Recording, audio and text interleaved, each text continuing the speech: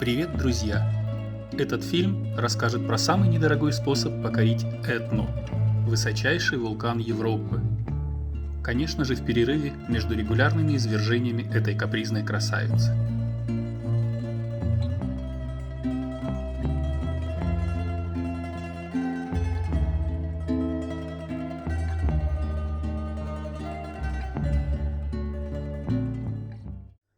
Начинать восхождение мы рекомендуем со стороны старинного сицилийского города Катания.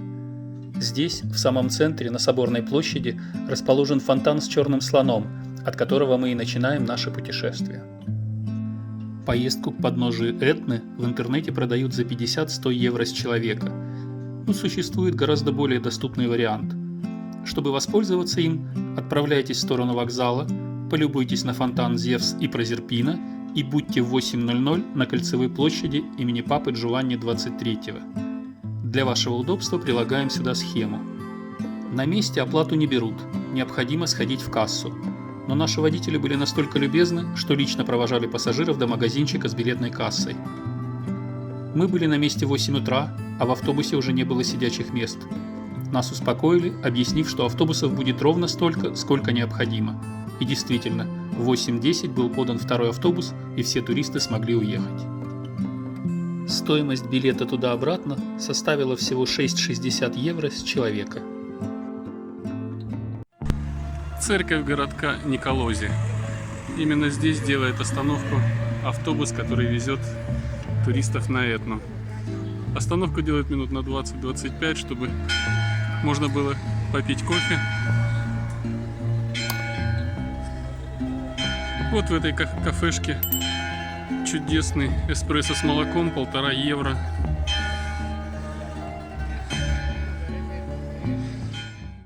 Выехав из Николози, мы почувствовали, что автобус теперь едет очень резко вверх. На некоторых отрезках даже закладывало уши, как будто летишь в самолете. Зелени вокруг становилось все меньше, но самым впечатляющим зрелищем оказались дома, погребенные под потоками лавы. Долго ли, коротко ли, но мы добрались до нижней станции канатной дороги. Мы добрались на высоту 2000 метров, где находится нижняя станция для покорения вулкана Этна. Называется она Рифуджио Сапиенса. Вот там вот очередь с билетами. Мы стоим в очереди на фуникулер, чтобы подняться на высоту 2500 метров. И потом на автобусе подняться до 2900. Людей просто сотни, не знаю, есть ли тысячи. Поэтому путешествие будет захватывающим. Станция фуникулера, которая доставляет людей с высоты 2 километра на высоту 2500 метров поближе к вершине Этны. После этого надо ехать на автобусах с большими цепными колесами, а потом еще идти пешком. Вот такой маршрут для того, чтобы покорить этот знаменитейший вулкан. Пластиковые окна кабинок имеют красноватый оттенок, поэтому фотографии сделаны очень похожи на марсианские, и только поднимающиеся пешком туристы напоминают о том, что мы все еще находимся на Земле. Пока мы едем в кабинке, я расскажу о стоимости подъема. В кассе приобретаются билеты, состоящие из пластиковой карты за 56 евро. Она включает вход в канатку, поездку на вездеходе и возвращение. А также бумажный билет, оплата за сопровождение гидом-альпинистом. Этот билетик стоит еще 9 евро, и, как сказали в кассе, покупка его является обязательной, вне зависимости от того, будем мы пользоваться услугами горноспасателя или нет. Итого, чек самого экономного варианта восхождения на Этну из Катании составляет 6,60 евро за автобус туда-обратно, плюс 56 евро за вход, подъем и спуск, плюс 9 евро за сопровождение альпиниста, общий итог 71,6 евро с каждого туриста.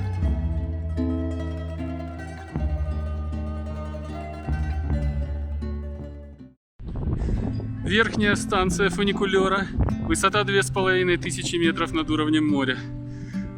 Дальше только на специальных автобусах с огромными колесами, которые поднимают на высоту 2700-2800 метров. А дальше до 3000 или 3300 как максимальная точка, надо идти пешком. Очередь на автобус.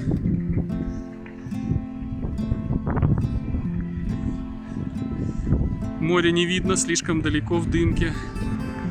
Автобус с частью туристов отправляется. Вулкан Этна с белым дымом манит нас к себе.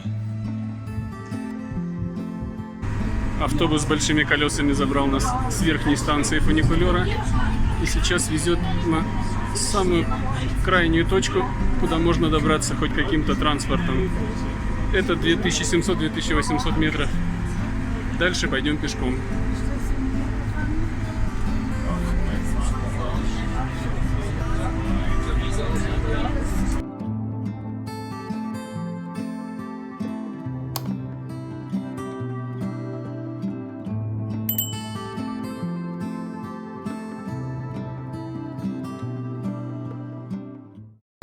Наш автобус привез нас на высоту 2800.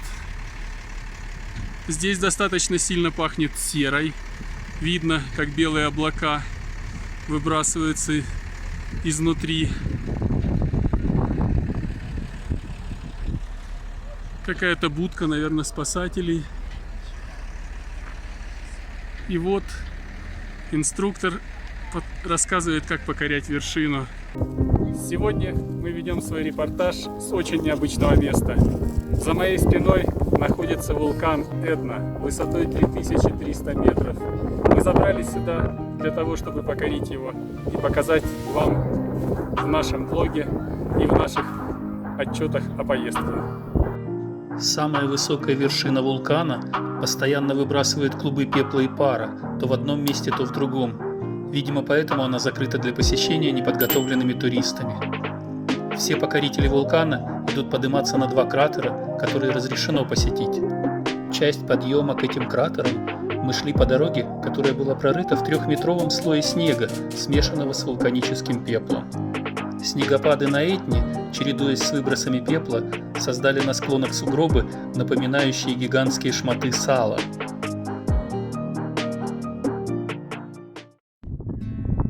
Я стою возле кратера вулкана Этна.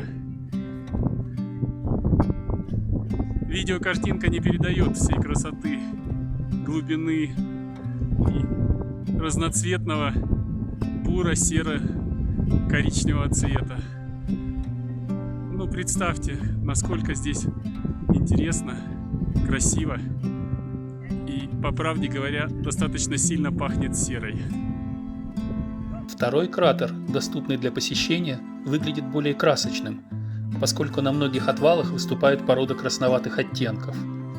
Но размер его значительно меньше первого, а вот ребра, по которым можно прогуляться, заметно острее.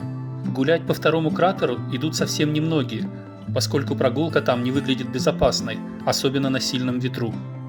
Мы постояли на холме между двумя кратерами, помедитировали на пейзажи, сфотографировали их и продолжили свой большой поход вокруг первого кратера.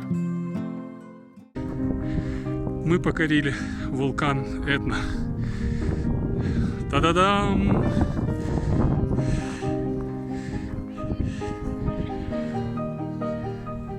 Обязательно путешествуйте. Самое время рассказать еще один лайфхак. Не берите одежду и обувь, которую предлагают на верхней станции подъемника в прокате. Несмотря на бесконечные поля лавы и пепла, наша обувь после посещения Этны была относительно чистой. Это особенно хорошо видно по белым кроссовкам Натали. Вернувшись на верхнюю станцию, мы купили сувениров и поставили галочку посещения кафе в виде чая со штруделем. Перед тем, как спуститься, мы решили, что еще стоит поизучать разные склоны Этны. Добрались до заброшенного подъемника, где уставшие, но довольные устроили себе пикник из минеральной воды и пары бутербродов, которые мы сделали на вчерашний перелет до Катании, но так и не съели в самолете. Согласитесь, ничего не может быть вкуснее бутерброда с золотистой украинской солями, когда ты его ешь на самом большом вулкане Европы. Если вам понравилось видео, не забудьте подписаться, нажмите на колокольчик и обязательно путешествуйте. Вулкан пробивается прямо здесь, у нас под ногами. Мы идем по раскаленной лаве. Вот тут выбрасываются пары воды, серы, водорода. Это просто невероятно.